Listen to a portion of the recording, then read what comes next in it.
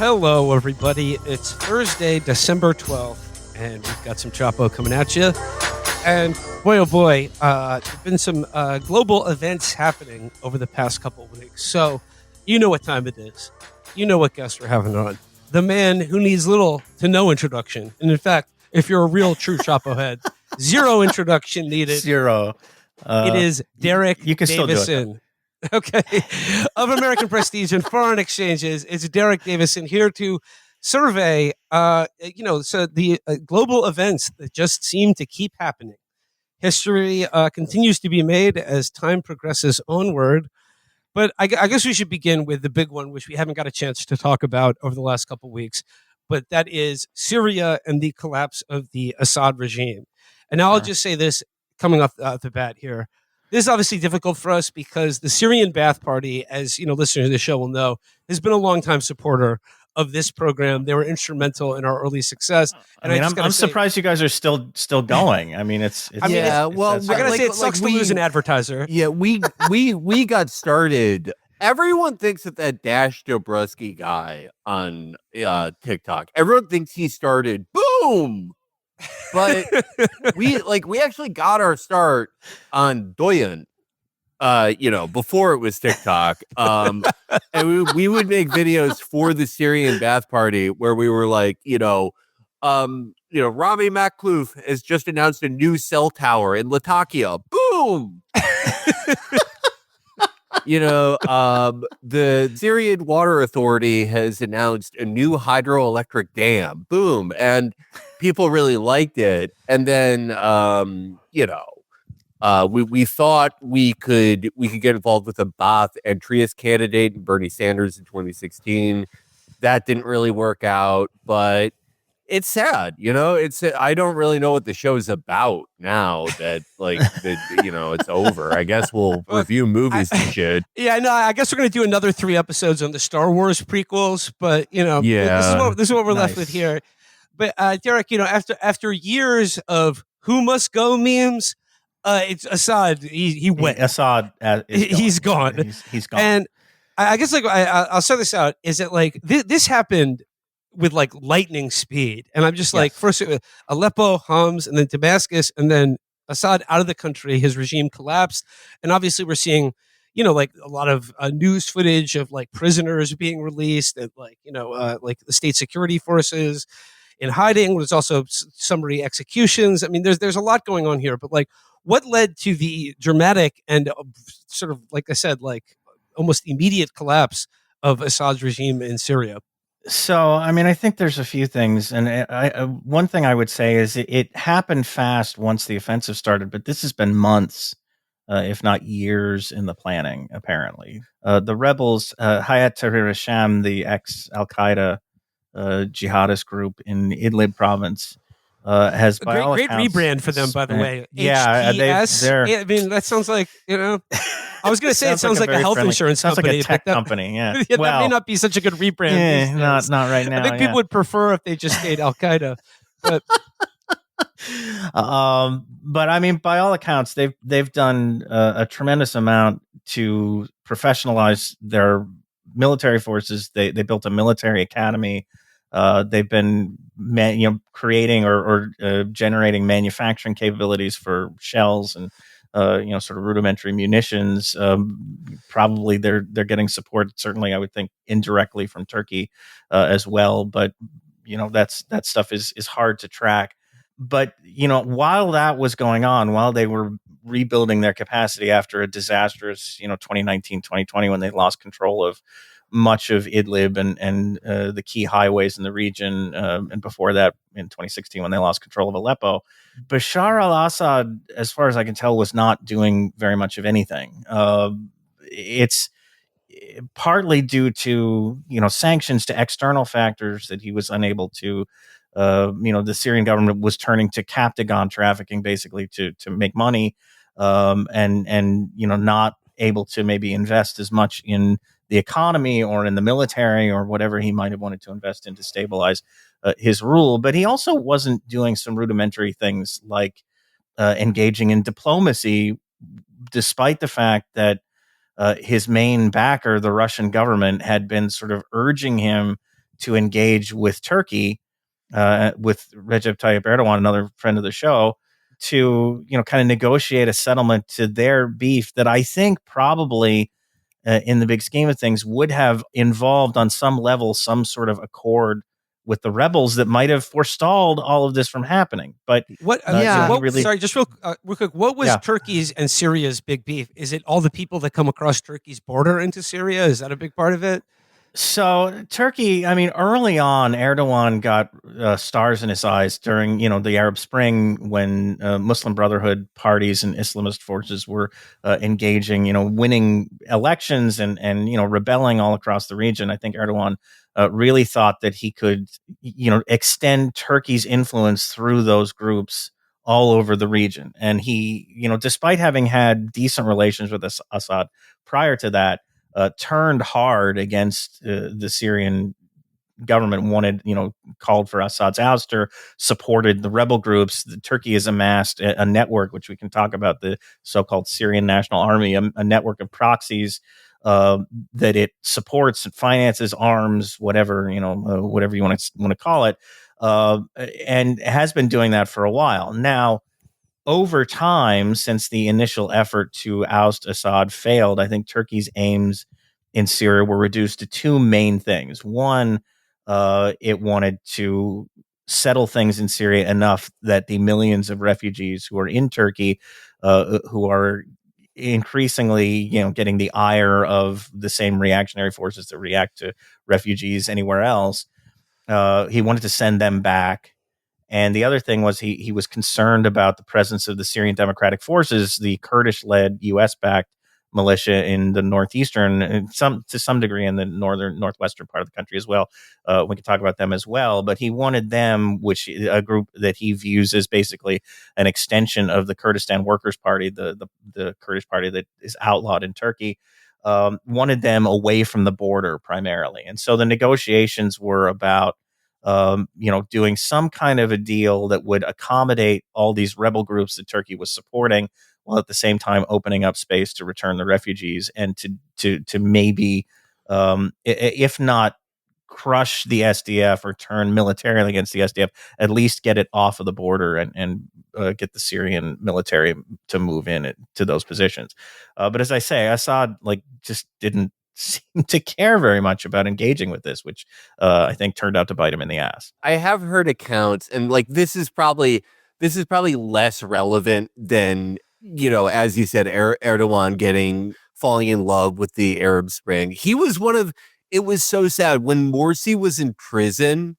I always felt bad for Morsi because he looked like a guy that the Three Stooges fool. And it was so sad when he was on trial because he just looked so hapless. I always felt terrible for him because he was just getting blamed for everything. But when he was in prison and everyone hated him, Erdogan was the only guy of any import who was he's still the president. Actually, he's still I still recognize him, and the other government's fake. I don't care, but I did hear that the start of the Assad Erdogan fracture was that Asma Assad thought Iman Erdogan, Erdogan's wife, was just a boring religious frump, like a Maud Flanders type. And wouldn't give her her email, which is hilarious. That is incredible. When Assad's email was purportedly hacked, they did find something in there. Just Asma not passing her contact along to the Erdogans and laughing about it with Bashar. I did wanted to ask you about one thing, diplomacy wise with Syria. There was a big show of Assad normalizing with the UAE 18 months ago or so.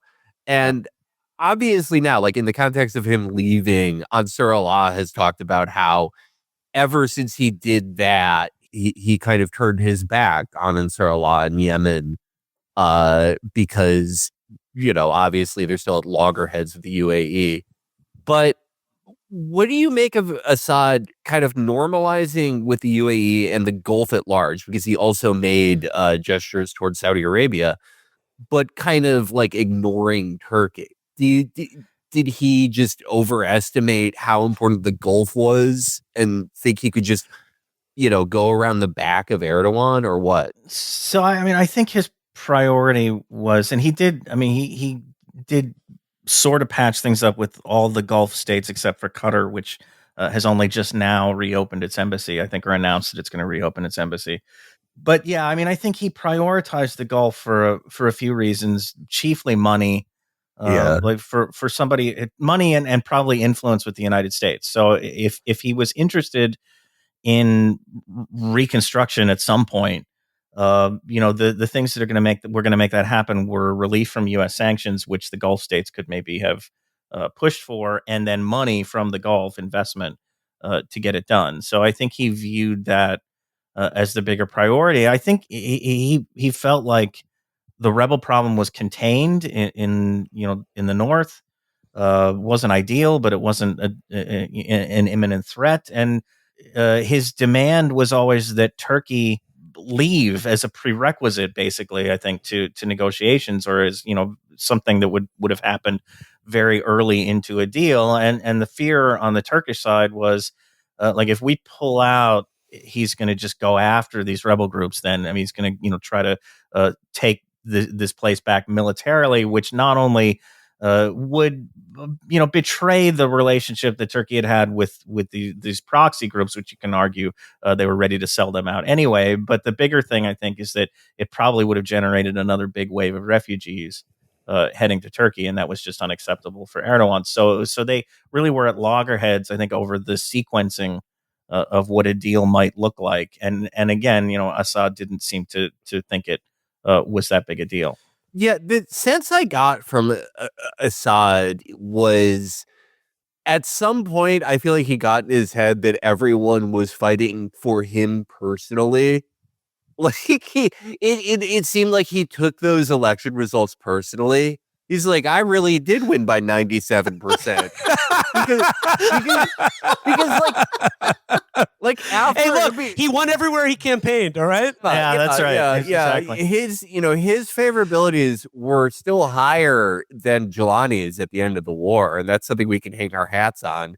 And he grew up outside of Syria, and he realizes the great ideas come from all over. But after Russia sort of stabilized things many years ago, and he had sort of like a ragtag coalition of Hezbollah, IRGC, Russia, and then like Shia militias, and then some Iraqi militias. He was like, okay, who's ready to retake the entire country for me? Right. And Russia and Hezbollah were like, what? Yeah, this is like priority. Exactly. Yeah, what? And I got the sense now after the fact that it's kind of like an Armenia situation where he wouldn't make a deal and Russia just kind of went, okay, have fun. So I don't think you can discount the possibility that there's some frustration on Russia's part, nor do I think you can discount the possibility of some frustration on Iran's part, given Felix, what you just talked about, his sort of making nice with the UAE. And there were leaks the New York Times had one recently that he was being pressured or approached by the UAE with US backing to cut ties with Iran and Hezbollah in exchange for sanctions relief. And maybe some of that filtered to the Iranians, and they thought, well, this, we can't trust this guy. He does strike me as the kind of guy who's always looking to kind of better deal his friends at any given time. Like he could turn, if he gets a better offer from somebody else. So I do think there's maybe some level of frustration there. I also think, though, once this broke and it started to move so quickly, with the initial moves on November 27th were, a few villages, some towns in Aleppo province, but then all of a sudden they're in Aleppo, and then the next thing you know, they're at the gates of Hama, and then Hama falls within a couple of days. I think the other consideration for Iran and Russia was like, how much would we have to do here? Like, is it even possible to surge enough support, especially given Russia's, tied up in Ukraine? Iran's got, had a, quite a ride over the last 14 months. Do we have the capacity, and how much of a lift would it have to be to save him at this point? And I think maybe for a variety of reasons, a whole confluence of factors, that just the decision was, we can't get involved here. We just have to kind of cushion the blow. And they did negotiate. Like Russia, has maintained its military bases in the Northwest, at least for the time being. Iran, I've read accounts, Iranian officials were in touch with HTS about preserving Shia shrines and not going on any pogroms, although there have been anecdotal reports of that happening at kind of, at village levels. But like the Sayyida Zainab shrine outside Damascus, the HTS is now policing that. And there doesn't seem to have been any major incident there, at least so far.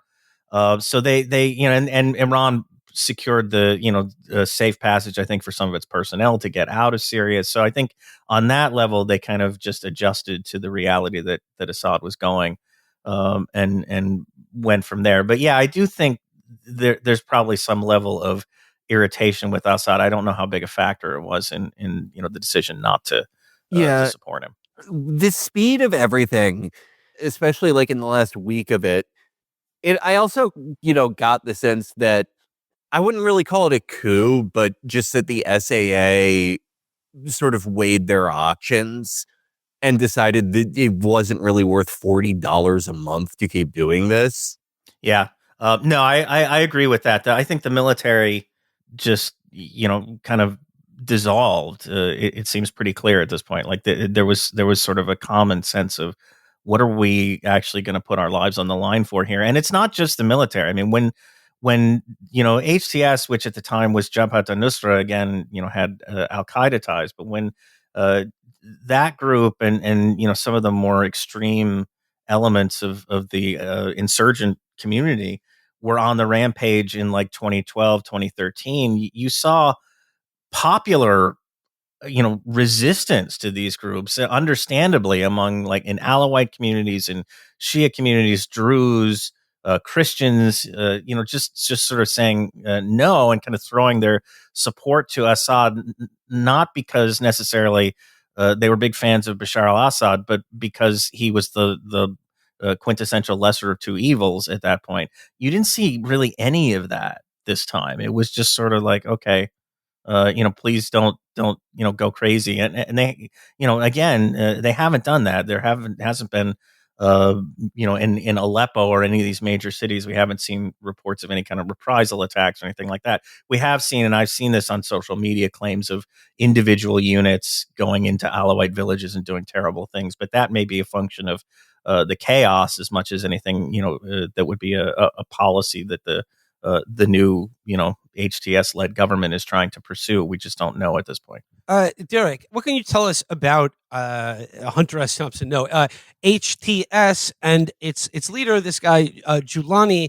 Like you said, they're sort of like an evolution from Al Qaeda to what was the second iteration of it, Jabhat al-Nusra, I believe. No, Nusra was the Al Qaeda group. Then they called themselves Jabhat Fatah al-Sham for a while. And then they merged with a few other groups and changed the name to Hayat Tahrir al-Sham. But this is like a Sunni insurgent group. Like, what can we say about like who leads them and like their success in this overthrow of the Assad government? Like, I mean, just like where do they come from, and like how would you describe their I don't know, like what their stated goals are for the management of this country now? So I don't know a ton about Jelani. I mean, his name, the name that he adopted, his real name is Ahmed Ashara, which he's now going by as he tries to make himself into a respectable future head of state, I guess, or de facto head of state. But his family comes from the Golan. That's what Jelani means, and were driven out presumably in the Israeli occupation of that region. He served under Al Qaeda in Iraq, first as when it was Al Qaeda in Iraq, then when it became Islamic State of Iraq, but still affiliated with Al Qaeda, and then broke with them over the Syrian civil war. He broke with Abu Bakr al-Baghdadi over what role Islamic State in Iraq was going to play in the Syrian civil war. And Baghdadi wanted to, obviously, as he did, go on to form Islamic State of Iraq and Syria, while Jolani wanted a Syrian forward, I think, organization to represent al-Qaeda in that country. So they broke, and Jolani formed Jabhat al-Nusra, which maintained its ties with al-Qaeda even after Islamic State broke them. But then, in a few years after the war started, when it became clear that they weren't going to sweep into Damascus and establish an Islamic emirate right away, I think he consciously made the choice to rebrand his organization to, shall we say, attract support from the West, which was, no fan of Bashar al-Assad. And so you saw them go through these iterations. Jabhat Fatah Sham was the first name change, and that was around the time when they officially severed ties with al-Qaeda, which I think there was a lot of skepticism about at the time, but turns out to have been, I think, a real thing that they actually did do. I mean, al-Qaeda, Central Command reacted very badly to it. It created a new group called Harasuddin, made up of former Nusra people who didn't agree with the decision to split ties. Harasuddin has been targeted repeatedly by the United States and by Jolani's organization. So that does seem to have been a genuine split. Then they merged not long after that with a few other kind of groups of the jihadist persuasion to form this Hayat Tahrir al-Sham, which they're now trying to disavow, I think, the jihadist roots of and say that they're just good moderate Islamists and they respect the rights of minority groups, et cetera, et cetera. I think, only time will tell if that's really true. But I think the messaging has been for the West. I mean, they made such a big deal when they went into Aleppo of like, we're protecting the Christian neighborhoods. And now they've since incorporated some of the other groups, Alawites and Shia and Druze, into their rhetoric. But at the time, it was so heavily, kind of focused on protecting Christians and not doing any harm to Christians that it seemed conspicuous to me that this was, meant for a Western audience. Yeah, it seemed to have been pretty instructive for him watching what happened to Zoran Aloush. Like in 2015, Aloush is the head of Jaish al-Islam. And he was one of those guys who was like in the first 2 years of the Russian intervention, they were just like knocking off guys like that left and right because purportedly like the Syrian military's intelligence was pretty good. They just like didn't have much of an air force. They had like, 12 sort of newish MiG-29s that may or may not have been destroyed in airstrikes and a bunch of helicopters. And so when like a modern air force came in, they were able to just like wipe out guys like this. And it really seems like he made a calculation where it's like, okay, going all the way in that direction, it will be like totally acceptable to kill me. No one's going to raise like too much of a stink over it.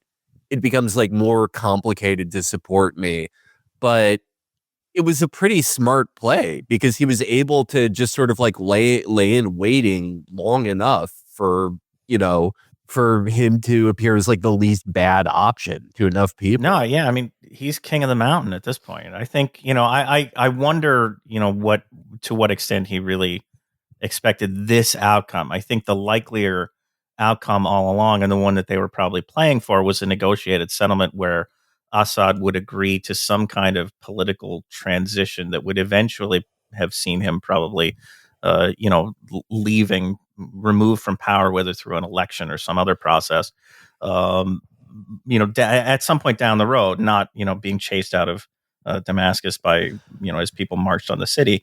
So I'm not sure that the expectation was this. It was probably something a little bit more drawn out. But yeah, he certainly played his cards right. Yeah, I mean, like, if I had to guess what his calculation was like a year ago, it'd probably be like, okay, like another year of sanctions and SAA generals being paid. Like, it's really fun. You could be in general in the SAA and make as much as someone's podcast that's like a leftist perspective on pro wrestling. Like that sucks. Well, when you mentioned that the but whole government has resorted to trafficking, probably the 10th best alternative to cocaine, it's wild. let's just say bad times for the regime when that happens. yeah, Captagon is like, I remember in like, again, in 2014, like Daily Beast writers loved talking about it like it was a super drug, like it was mega cot.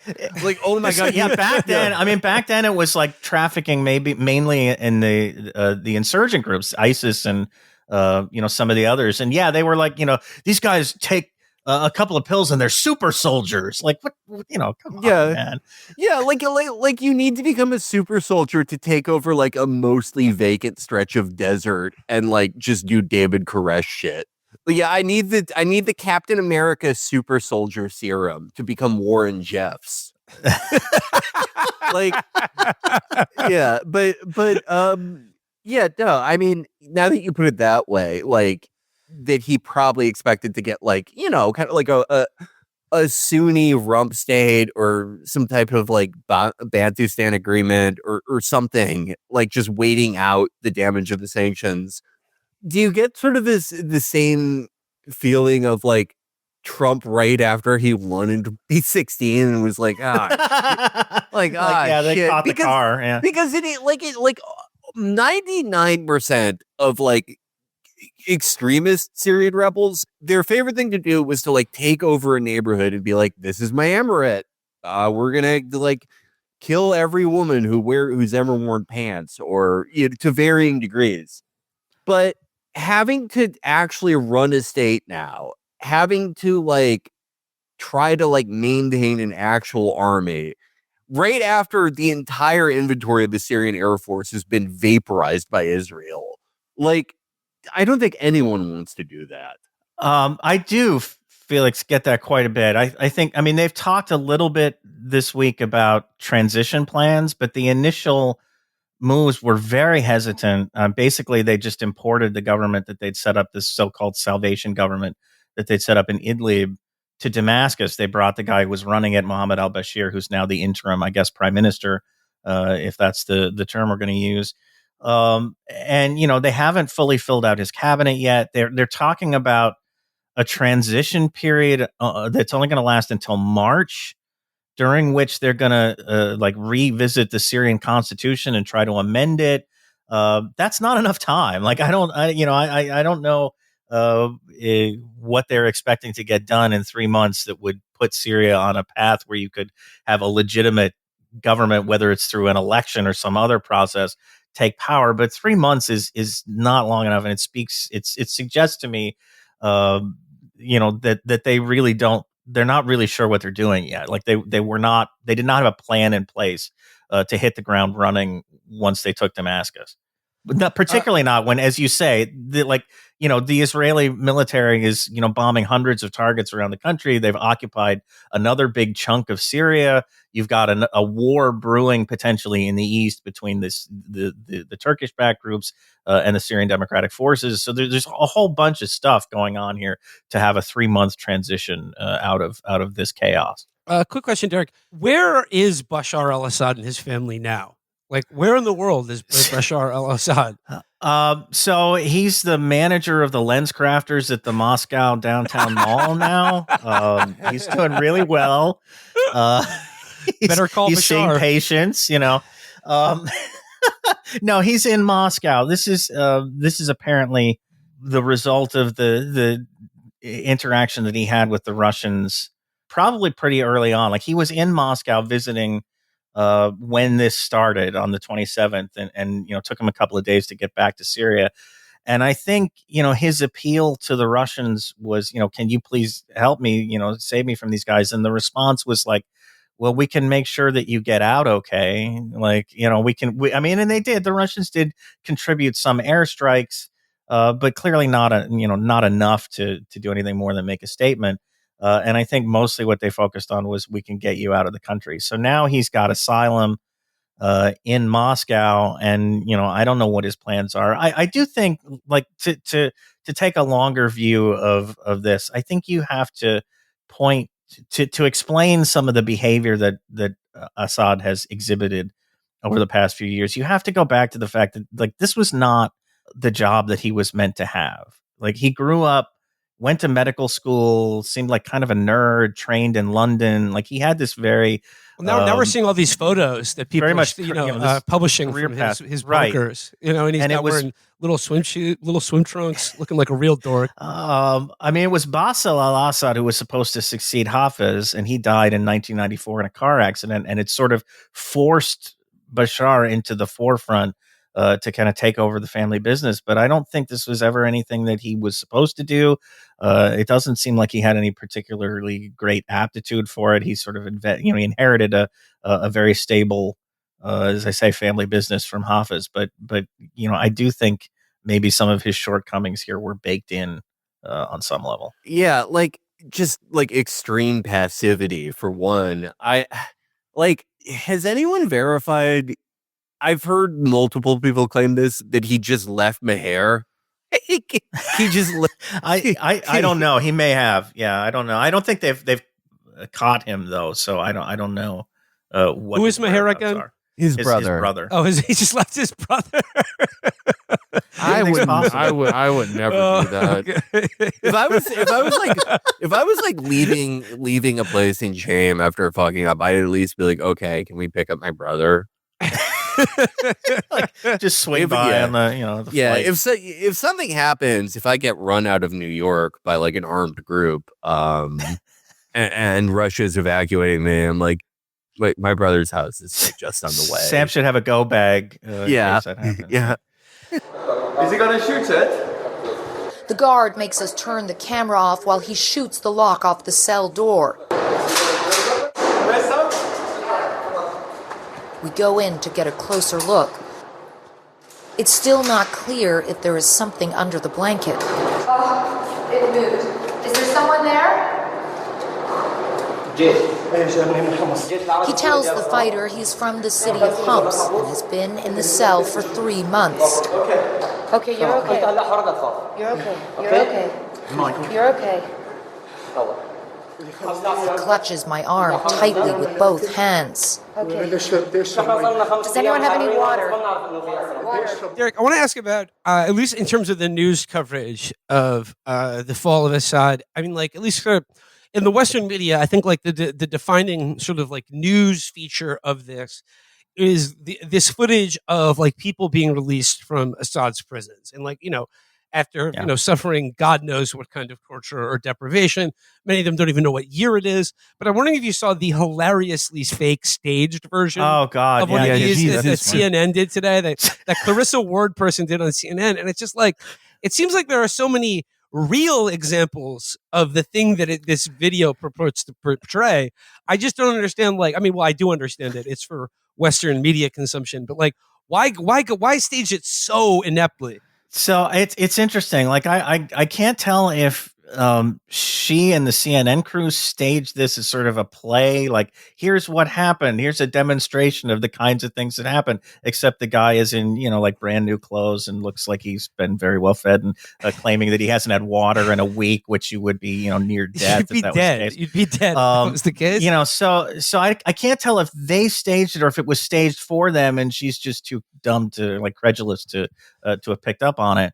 But yeah, it was incredible. I mean, literally just on the basis of the water claim. Like, I haven't had water in 5 days. Well, you're standing up and your skin looks fine, and you seem like you're able to talk and think and communicate. 5 days without water, you wouldn't be able to do any of those things. So I don't know. Yeah, I don't Clarissa Ward is like, I don't think it's a stretch to just call her a crisis actress at this point.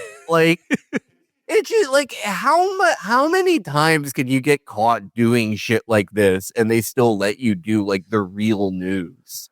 If they reopen the Onion's video platform, they should hire her, because they just you cannot have someone like this doing real news. They could hire her and just stage scenes for her, and let her think that, be the straight person and think that everything's legitimate, but just stage some absurd scenes and get her reaction. That would be funny. Yeah, like a Windy City Heat type thing.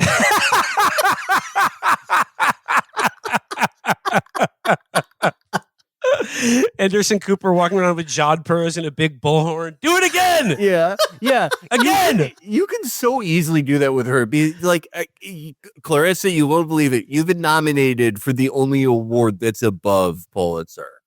You're getting the first Academy Award for reporting. And she'd be like, oh my God, really? But like, I just like, I'm thinking about this in the context of like, Assad's, infamous prisons and his like the infamous like torture dungeons run by his regime.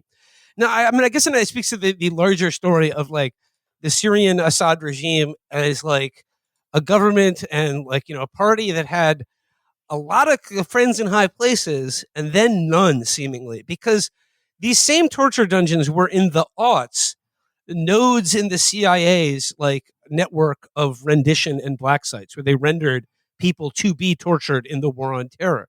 And then obviously when the Syrian civil war happens, we sort of switch sides in that conflict. And I guess I'm just wondering like the broader picture of like what happened to like make Assad a regrettable but perhaps necessary node in part of the U.S. war on terror strategy to being a target of that same state apparatus.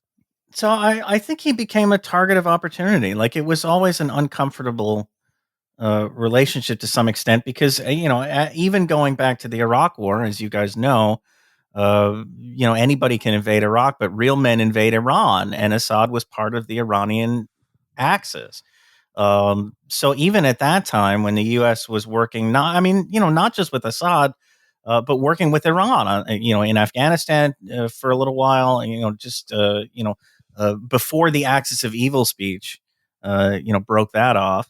I think it was a strange bedfellow situation then, and then when the Arab Spring broke out and it turned violent in Syria, it became, this is an opportunity to get rid of this guy and really shake up, which, he still was. And it's gonna be interesting to see how the Iranians adjust to not having him in Syria to serve as at the very least, a land linkage to Hezbollah.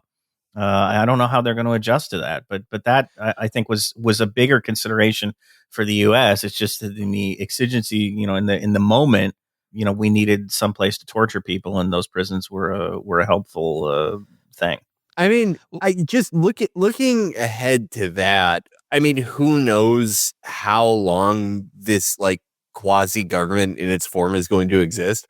But whoever like runs Syria, their only choice may be to like cooperate with Iran to maintain like some semblance of a military and like some type of borders. Because if not, like who? Right.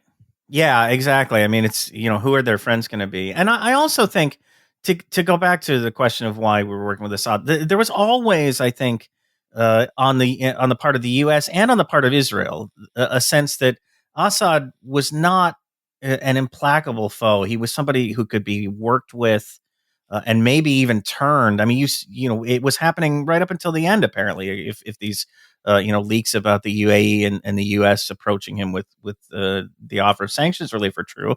There was always a sense that he was somebody who could be got, I guess, and turned, and that's a friendly dictator for the U.S. is always preferable to the uncertainty of an election or what's happening right now, where you just don't know who's going to come out on top or what their policy or government is going to look like. Well, now, on the topic of Syria's borders, because like obviously like since the civil war, like it's not so much a country as kind of like a patchwork of different areas of control. It's sort of like a porous collection of different sort of zones. But like now we're seeing, of course, Israel not just bombing Syria, but like invading and conquering and holding terror. Creating a buffer zone. But I guess like my question is, with the events of the last couple of weeks, and is it possible to imagine the events of the last couple of weeks occurring without the domino that started on October 7th and then Israel's subsequent rampage in Gaza and then incursion and assault on Lebanon? I don't think so.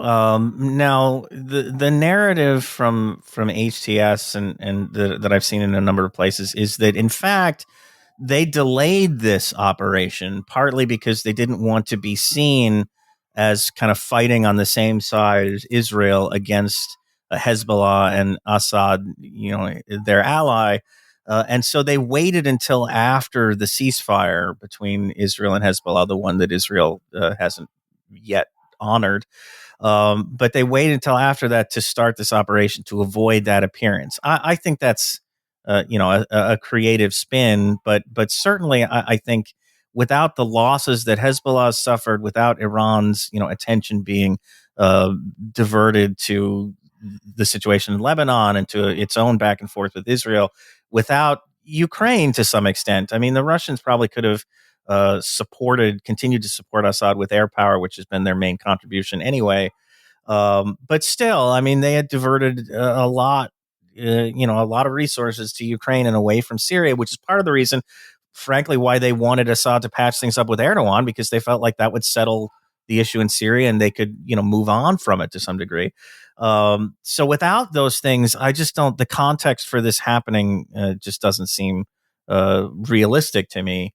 But that's my impression. And I mean, like, I guess we're just seeing a world now where, like, all meaningful armed opposition to Israel in the Middle East is being washed away right now, and they're really feeling themselves. So, like, do you view like what they're doing in Syria right now as part of like what they're doing in southern Lebanon? Is this part of a greater Israel strategy to essentially not just remove any threat to their dominance of the region, but to actually like further colonize those countries? What you have to understand, Will, is that Israel has the right to defend itself. Okay, first of all, that's the right to defend Syria too. Apparently. Nobody else has the right to defend themselves. I was flabbergasted. Like John Kirby said that in a press conference this week, as Israel is gobbling up, parts of southern Lebanon. And I was like, if the Israeli government said, the only way we can defend ourselves is to drop like a lit stick of dynamite down John Kirby's chimney, would he give them his address? Like what, how far does that go?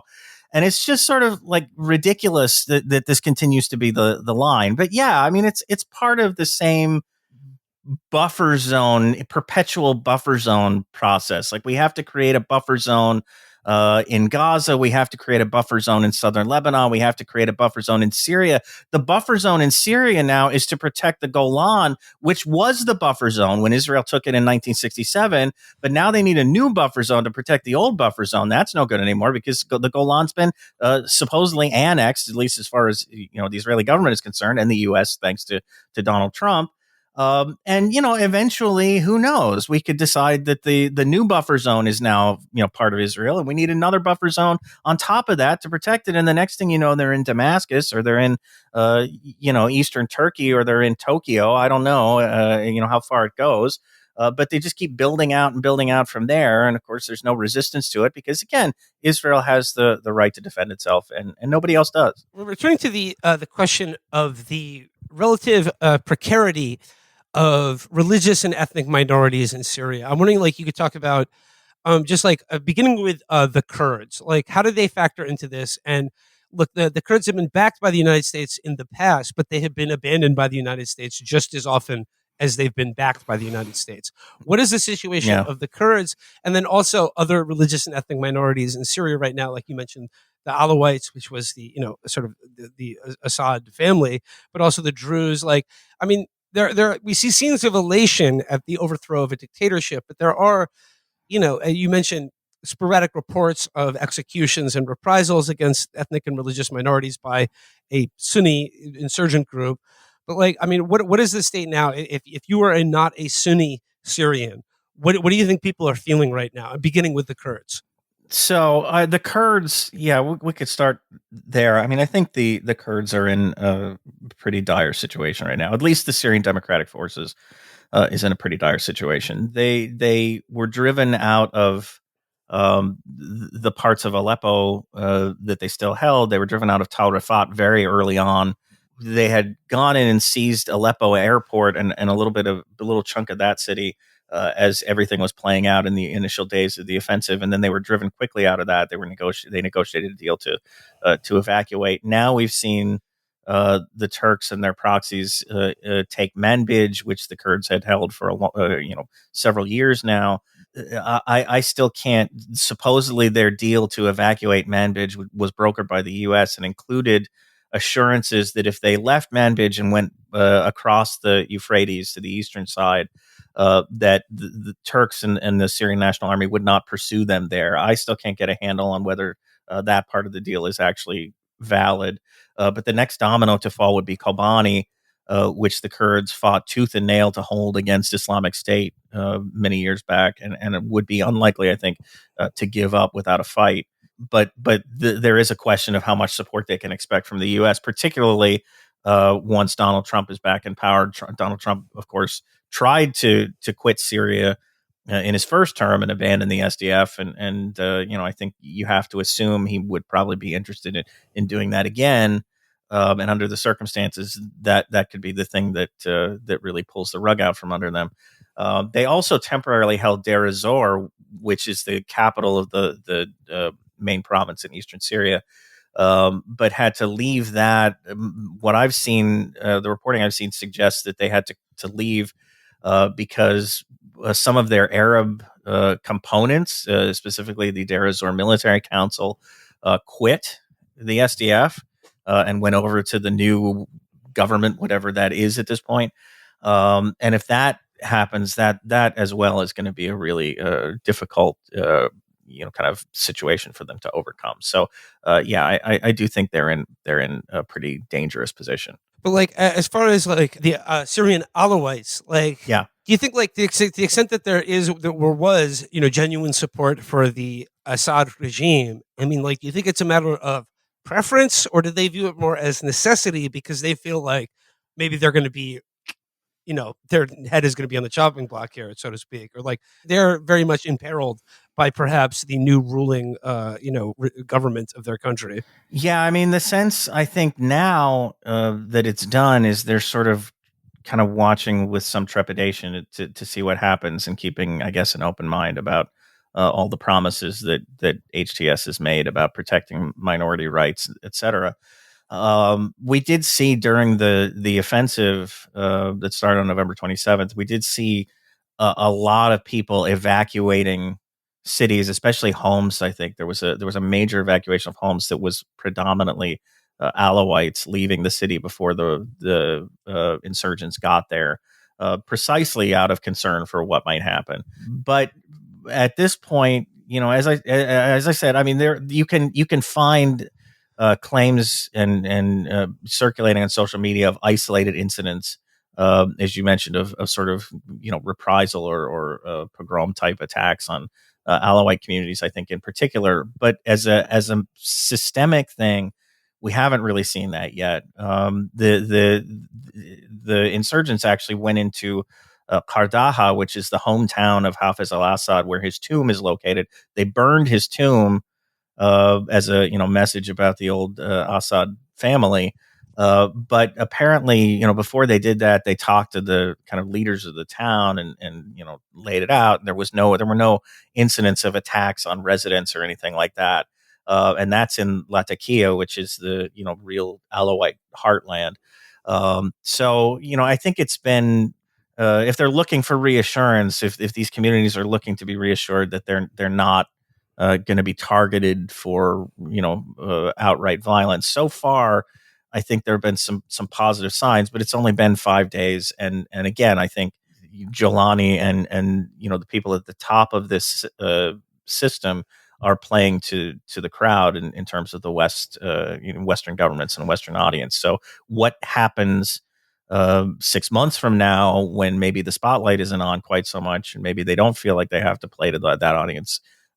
We'll see if it reverts to a more intolerant system, or if we see these communities start to be affected.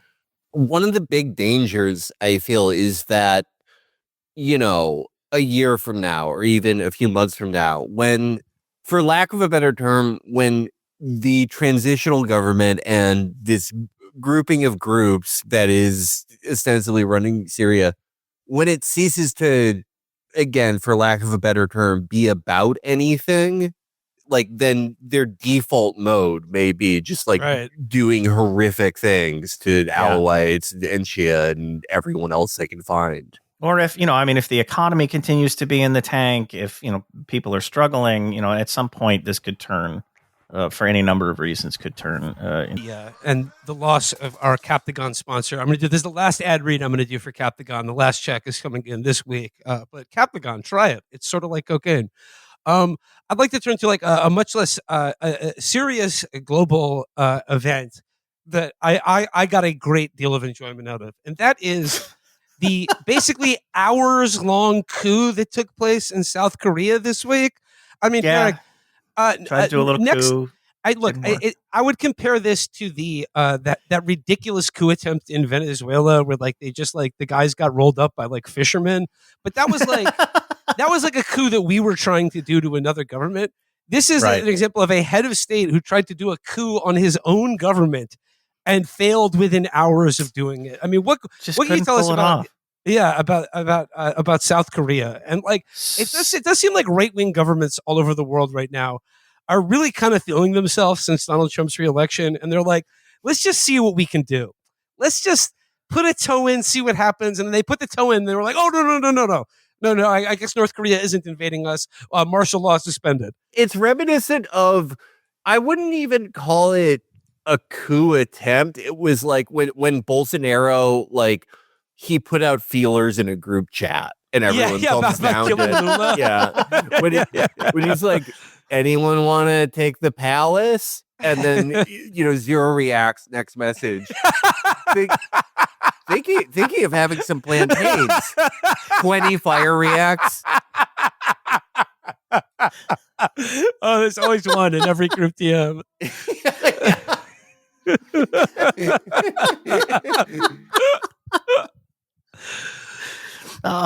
So yeah, I mean, last Tuesday night, Yoon Suk-yeol, the president of South Korea, after I guess feeling frustrated over the fact that his opposition's in control of parliament, he's been investigated. He and his wife have been investigated for corruption. The case against his wife, I think, is more advanced.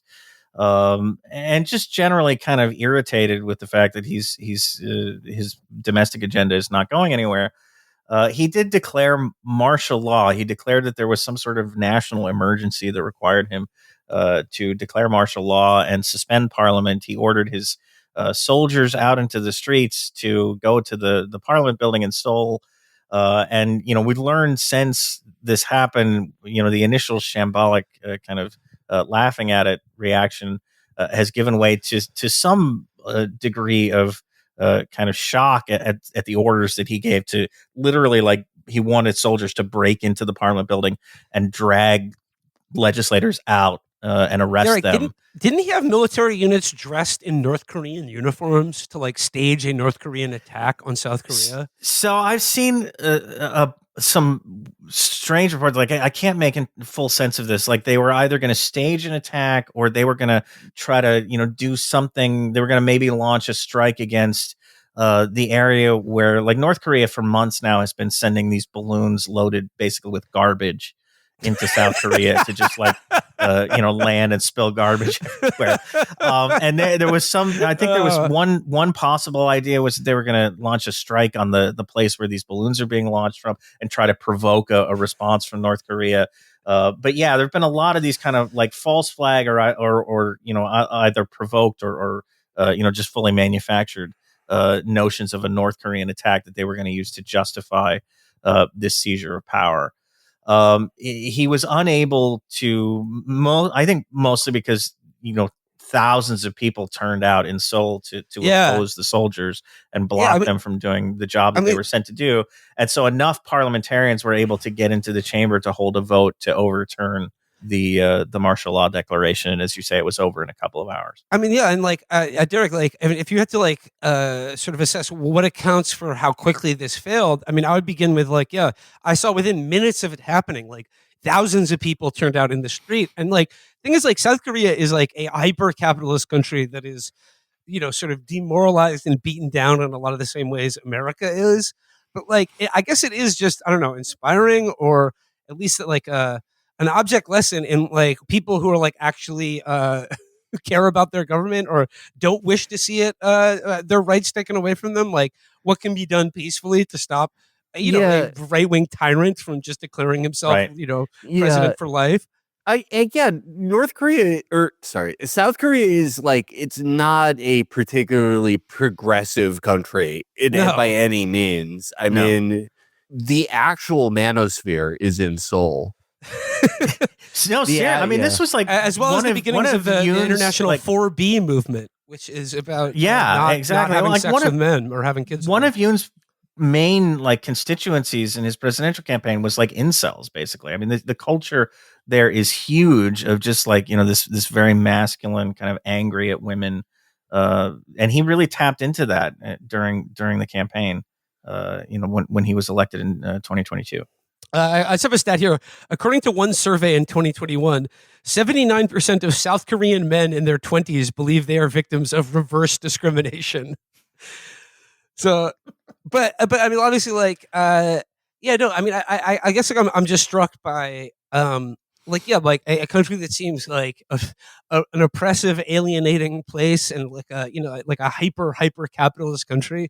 That at the same time, people were there just literally just putting their hand in front of a rifle pointed at their face within minutes of this happening, and just being like, "No, you're not doing this." I still think, even though it's been a while, there is a popular memory of what it was like to live under a military government in South Korea. And not even that long ago, that was a lot of the 90s. Revulsion. Yeah, I mean, I say long. I mean, well, even the 90s, I guess. God, I'm old. I'm an old man. But yeah, so I mean, I think it's still enough in the kind of forefront of people's minds that they understood what was happening and got out there to register their disapproval with it. Derek, did you make note of any of our State Department's reactions to this coup? Because I felt like when it was over, the State Department issued a statement. They were like, "We applaud Yoon for doing the right thing."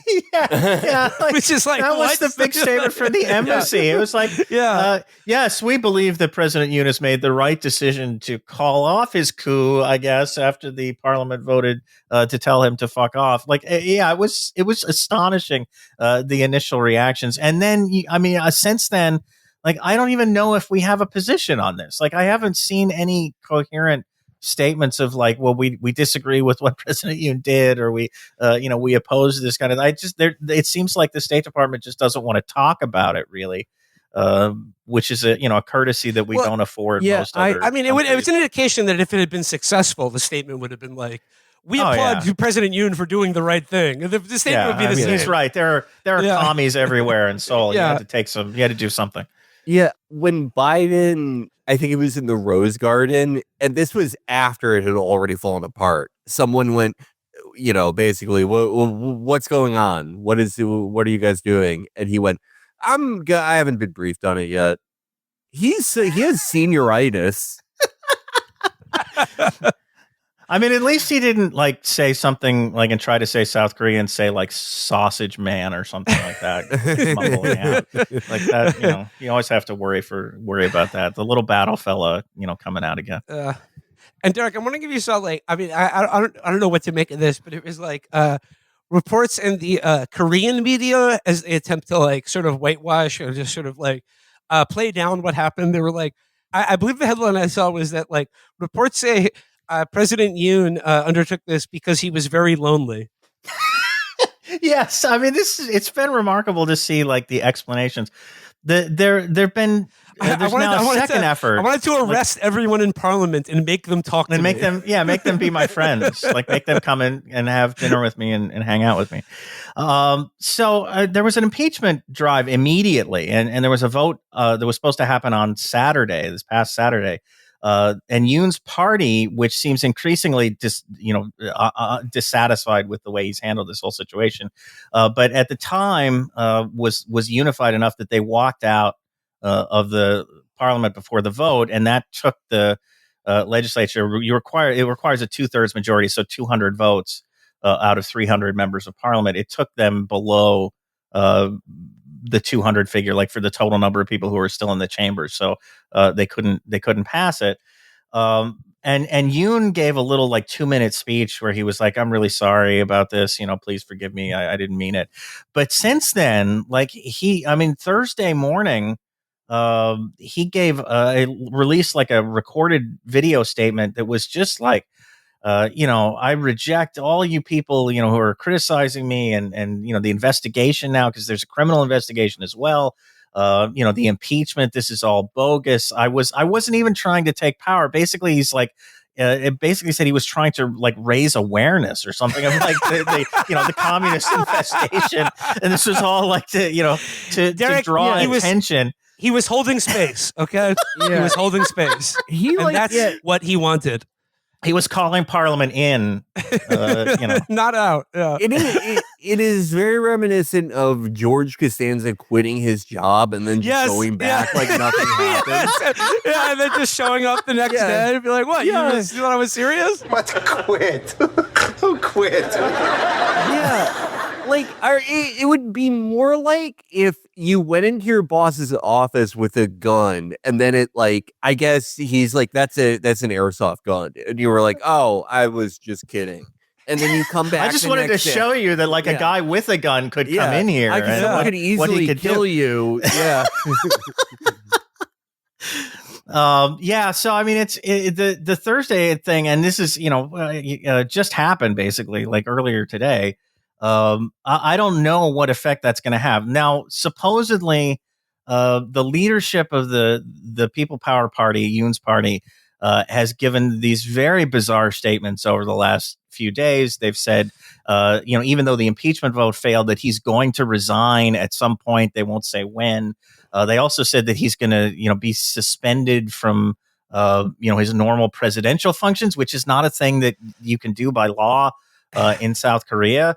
There will be no Christmas tree lighting ceremony this year. Yeah, exactly. Like it's not gonna, no ribbon cuttings. He's been barred from traveling overseas, which is a little bit weird for head of state. So it's like there's a lot of strange stuff going on. You can do most things over Zoom these days anyway. You don't need to go anywhere. He is getting the bad kid treatment. Like no bathroom breaks. You have to eat lunch with the teacher. But so there's going to be another impeachment vote. The opposition party submitted another motion on Thursday after this rambling kind of statement that he issued. There's going to be another vote this coming Saturday, I believe. And this time around, the head of the party, the People Power Party, I think has basically told legislators, like, do what you want, man. Do what your conscience dictates. Go vote. Vote however you want. Attend the session. It's on you. Which I think, I mean, the opposition, assuming it votes in unison, and I think that's pretty much a given at this point. The opposition only needs, in theory, 8 members of Yoon's party to cross over and vote in favor of impeachment. There's 108 legislators in the party, and as I say, it sounds increasingly like the party has just had enough of him. So I think it's very possible that this time around they could get the 8 votes that they need. In that case, then the impeachment would go to the South Korean Constitutional Court, which would make the final ruling on whether it's legitimate or not. And if he's impeached, unfortunately, he will be fed to the giant frog from the host. They could just drop him off in the demilitarized zone and see what happens. Like, hey, you're on your own, buddy. He's tasked with cleaning up all the garbage that North Korea is dropping. There you go. They could put him to work on that. That would be good use of his time. The garbage balloons are so that is really funny. The garbage balloon, so childish, and it's so great because it's like so fucking annoying and childish. Because it's like not dangerous or violent. Right, yeah, it's just annoying. It's just annoying and childish, but it's also like if somebody like fires a missile at you over doing that, they're the asshole. Yeah, it's genius. Yeah. It's like it's so good. It's like. It is the warfare equivalent of like, I'm not touching you. Whoever came up with that deserves a raise. Like, great job. I mean, that was in response to like, there's been this series of propaganda balloons basically dropping leaflets on North Korea that have been sent by these, I don't know what you call them, civil society groups or something. That was Moon Jae-in, the former president of South Korea, put an end to that practice, but it's revived under Yoon. And so the North Koreans, I guess, just thought balloon, what's something we could drop on South Korea that would be equivalent to this garbage that they're dropping on us? What about actual garbage? And so they did that. And when they bring a balloon response, to the fight, you bring another balloon. Yeah, exactly. Full of garbage. The South Korean response to that has been to like resume broadcasting propaganda messages out of the big loudspeakers that they have lined up along the DMZ. So yeah, it's all very this is so chintzy. I mean, this is just board, like I love this. Like this is just. I mean, the stakes are very high because nuclear weapons and whatnot. But like this chintzy tit for tat between. It's just so fucking funny to me. It's just like, oh, you don't like that? We're going to play loud music through the walls of your apartment. Right. Try to call 311. They won't do anything.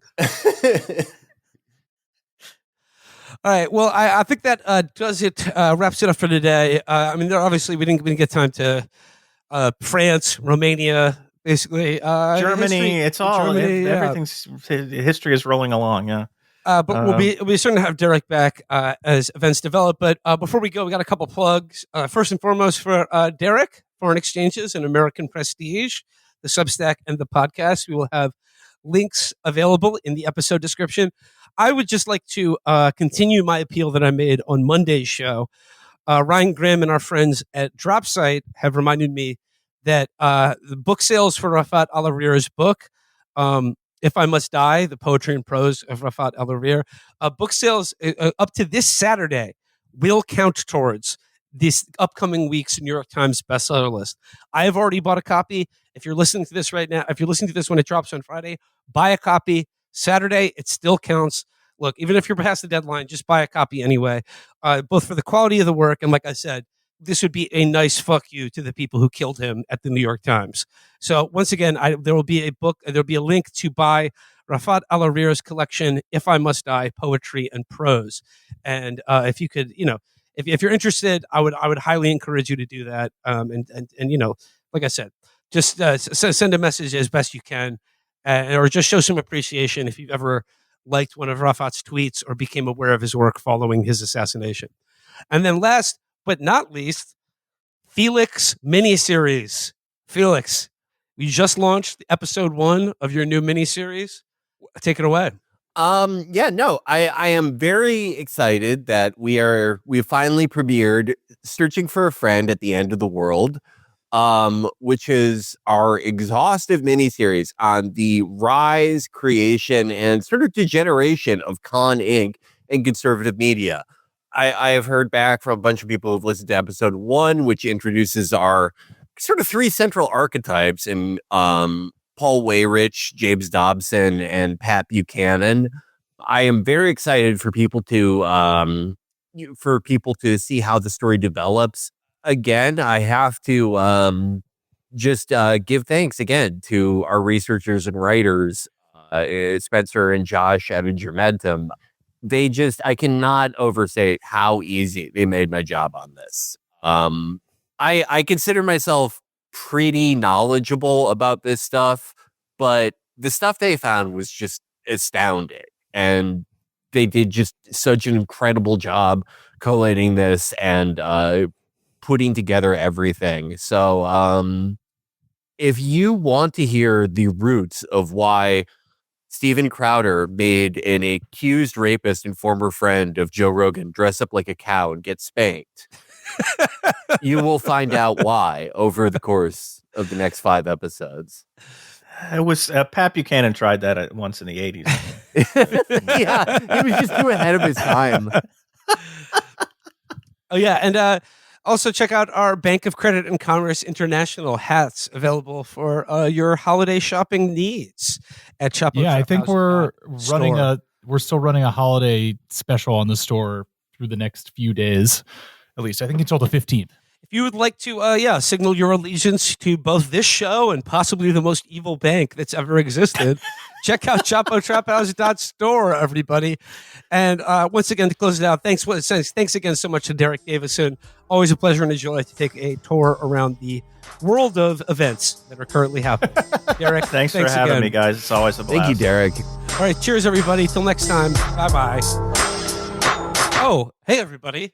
It's me, Will Menaker. What's this? A Matt poem? A bonus Matt Christman stroke of genius at the end of today's episode? We're far too generous to you pigs, but please enjoy. more of the wit, words, and wisdom of Matt Chrisman's strokes of genius. So, a healthcare executive got gunned down in the streets of Manhattan, Matt. How do you feel about that? It titillated, certainly. But unfortunately, and confused, sadly, because Brian Thompson, I guess. Yeah. And he's Luigi Squingili. So it's like, hell, and that no sense. So, you know what? Fuck it. They're eating the dogs. They're eating the cats. It created a license. Look into it. So I wrote the poem, The Claims of Chester. I chant and I sing a Brian, Brian, Brian, writing deny and delay in gunmetal crayon.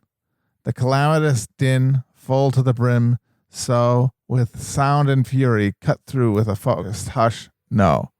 Signifying everything, like the play money he's carrying. No to the white-collared bluebeards. No to the raiding rude NICU fears. No to the player piano funeral march. A dull thundered answer to smiling Lisa. Sharp lightning denied a tourist visa.